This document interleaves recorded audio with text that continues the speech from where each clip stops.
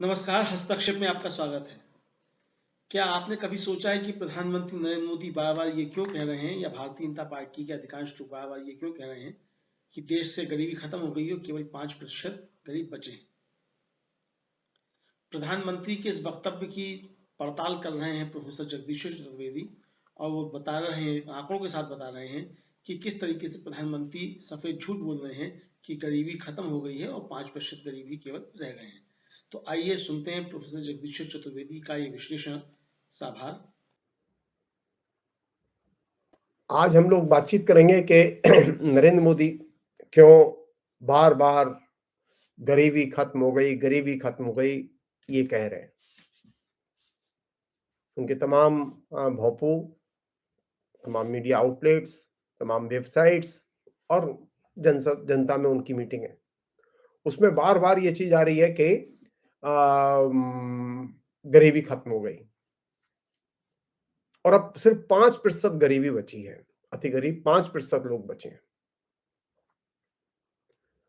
इस पूरे प्रोजेक्ट को नरेंद्र मोदी इसलिए लाए हैं कि एक तो यह है कि जनता को बताया जाए कि पिछले 10 साल में हमने क्या किया है। तो वे बता रहे हैं कि उन्होंने गरीबी खत्म कर दी।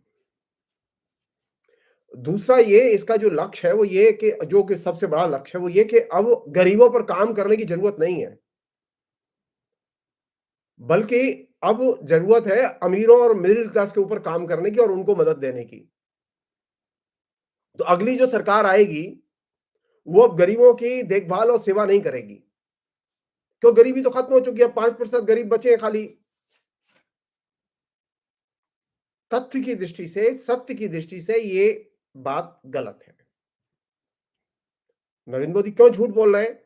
उसका एकमात्र बड़ा लक्ष्य यह है कि किसी तरह से अब आने वाले समय में वे अमीरों को संतुष्ट करना चाहते हैं कि आने वाले समय में मैं आपकी और बढ़ चढ़कर सेवा करूंगा।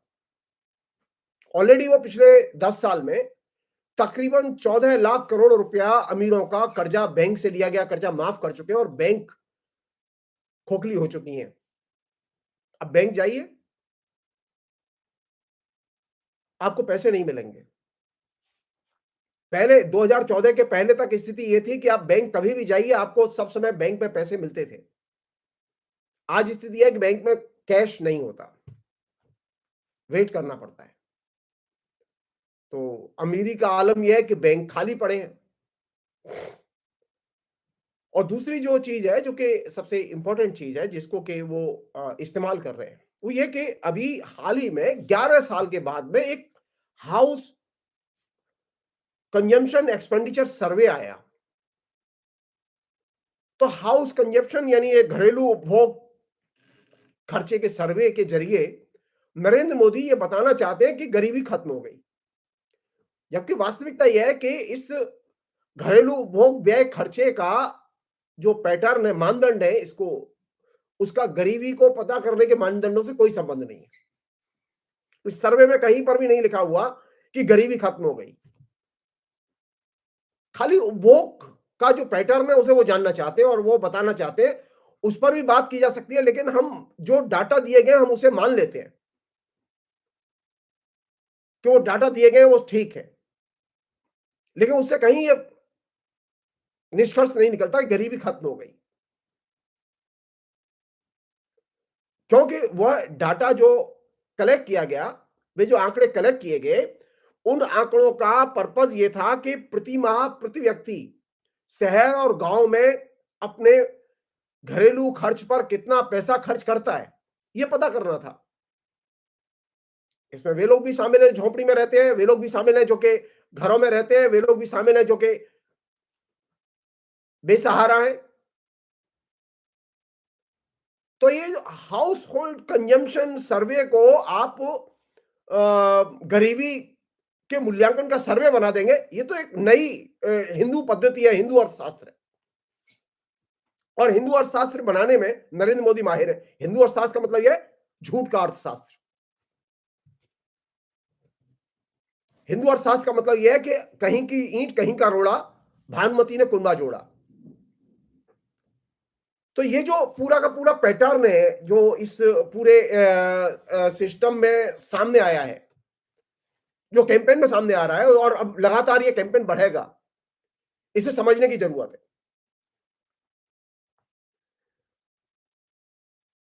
पहली चीज ये कि इस सर्वे में, ये जो हाउस कंजम्पशन एक्सपेंडिचर सर्वे है, इसमें कहीं पर भी ये नहीं लिखा कि गरीबी, अति गरीब लोगों की संख्या सिर्फ 5% रह गई है। ये नरेंद्र मोदी के और उनके गैंग के दिमाग की उपज है। इसका उस सर्वे से कोई संबंध नहीं है। लेकिन नीति आयोग और दूसरे लोग इसका प्रचार कर रहे हैं।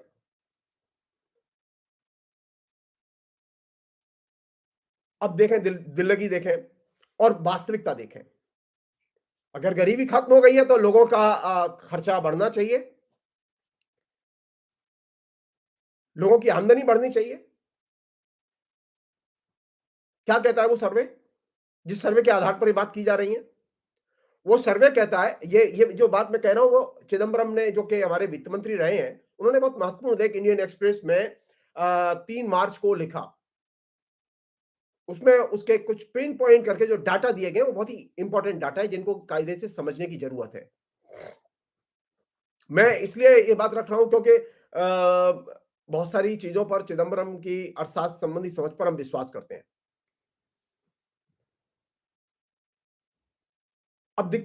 अब ये सच्चाई क्या है जो उस डाटा में है?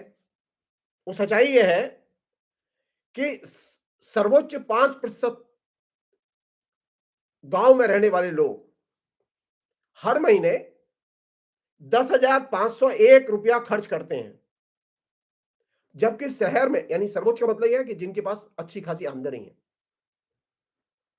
उसी तरह सर्वोच्च 5% लोग जो शहर में रहते हैं वे मंथली खर्चा करते हैं 20,824 रुपए प्रति माह। इसी तरह दूसरा जो फैक्ट है उस सर्वे में वो ये कि औसत लोग जो गांव में, एवरेज गांव में जो लोग रहते हैं, वे हर महीने, गांव में रहने वाले लोगों का एवरेज निकाला है उन्होंने, और उसमें हर महीने 3,773 रुपए खर्च करते हैं, और शहर में रहने वाले एवरेज प्रति व्यक्ति खर्च करता है 6,450 रुपए प्रति माह। तीसरा जो फैक्ट जो उस सर्वे में है वो ये कि सबसे निचले स्तर पर जीने वाले 5% लोग गांव में प्रति माह 1,373 रुपए खर्च करते हैं, जबकि शहर में रहने वाले लोग 4,993 रुपए खर्च करते हैं। अगर खर्चे का ये आलम है और ये इकोनॉमी का वर्गीकरण है, तो हमें ये पूछना चाहिए कि क्या इतने मिनिमम खर्चे पर नरेंद्र मोदी के कोई भी सांसद जी सकते हैं? बीजेपी का कोई भी नेता जी सकता है अगर उन्हें दे दिया जाए इतना पैसा? क्या हर महीने इस तरह से इतने कम पैसे में जी सकते हैं? नहीं जी सकते। तो यह कैसे उम्मीद की जा रही है कि गरीब आदमी, जिसकी कि न्यूनतम खर्चे की हैसियत सिर्फ 1,373 रुपए है, वो जी सकता है? कमाल की विद्या है ये। नरेंद्र मोदी का चाय का कप नहीं आता इतने रुपए में, जिस कप में वो चाय पीते हैं, और जिस कुर्ते को वो पहनते हैं, जिस पाजामे को वो पहनते हैं, उसकी कीमत हजारों रुपए में है। नरेंद्र मोदी का कोई कुर्ता पजामा 1,373 रुपए में नहीं आता। इस 1,373 रुपए में न्यूनतम खर्चा करता है गांव का अति गरीब व्यक्ति। नरेंद्र मोदी की गरीबी दूर हो गई, लेकिन अति गरीब आदमी की गरीबी दूर नहीं हुई, क्योंकि नरेंद्र मोदी तो चाय बेचते थे। एक और डाटा है जो बहुत इंपॉर्टेंट डाटा है, वो ये कि इस रिपोर्ट में एक बात और कही गई है। वो ये कहा गया है कि गांव में 0 से 5% लोग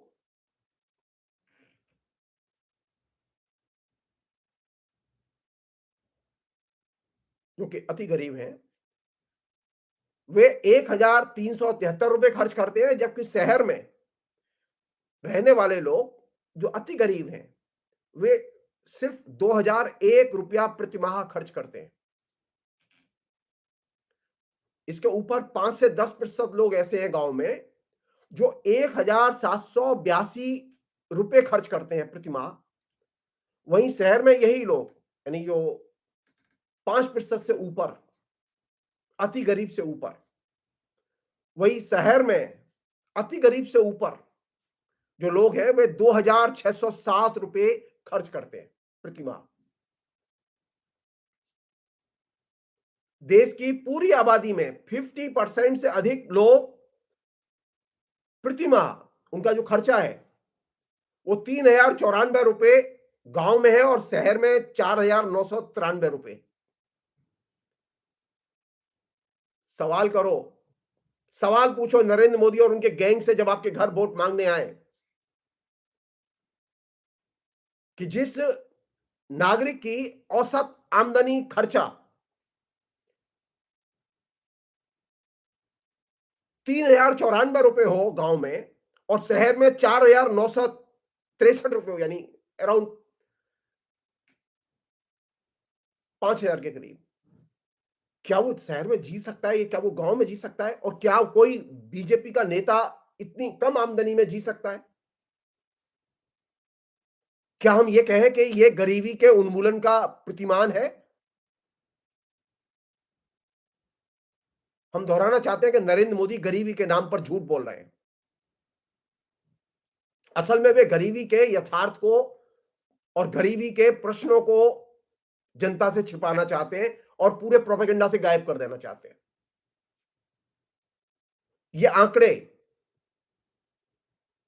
और ये जो कैंपेन शुरू हुआ है, ये इसका पर्पस ये है कि किसी भी तरह से लोगों को गरीबी के प्रश्न पर बात करने से एकदम दूसरी तरफ ले जाया जाए। और आखिरी दो बहुत महत्वपूर्ण चीज जो कि नरेंद्र मोदी जवाब दें कि अगर गरीबी खत्म हो गई है तो फिर 80 करोड़ जनता को 5 किलो प्रति व्यक्ति के हिसाब से प्रति माह फ्री राशन क्यों दिया जा रहा है, और वो भी अब 5 साल के लिए देंगे। हकीकत क्या है? जो राशन दिया जा रहा है उसकी हकीकत जान लीजिए, उससे पता चले गरीबी खत्म हुई है कि नहीं हुई है। नरेंद्र मोदी जो 5 किलो राशन प्रति व्यक्ति देते हैं, उस 5 किलो राशन से सिर्फ गांव में 4.9% आबादी खाना खा सकती है और शहरों में सिर्फ 3.64% आबादी खाना खा सकती है। और खाने मतलब दो समय नाश्ता कर सकती है, भोजन पूरा नहीं खा सकती। इसलिए आपसे ये गुजारिश है कि ये जो डाटा की आड़ में जो यथार्थ को छिपाने की कोशिश है, इसको एक्सपोज करें। बहुत बहुत शुक्रिया। आशा है ये कार्यक्रम आपको पसंद आया होगा। इस वीडियो को ज़्यादा से ज़्यादा शेयर करें, लाइक करें और कमेंट करके बताएं आपकी राय क्या है। और अगर आपने हमारा यूट्यूब चैनल अभी तक सब्सक्राइब नहीं किया है तो तुरंत इसको सब्सक्राइब कर लीजिए और बेल आइकन भी दबा दीजिएगा ताकि अगली जब वीडियो अपलोड हो तो आपके पास इसका नोटिफिकेशन पहुंच सके। और अगर आपने हमारा फेसबुक पेज फॉलो नहीं किया है, फेसबुक पेज को भी फॉलो करें। धन्यवाद।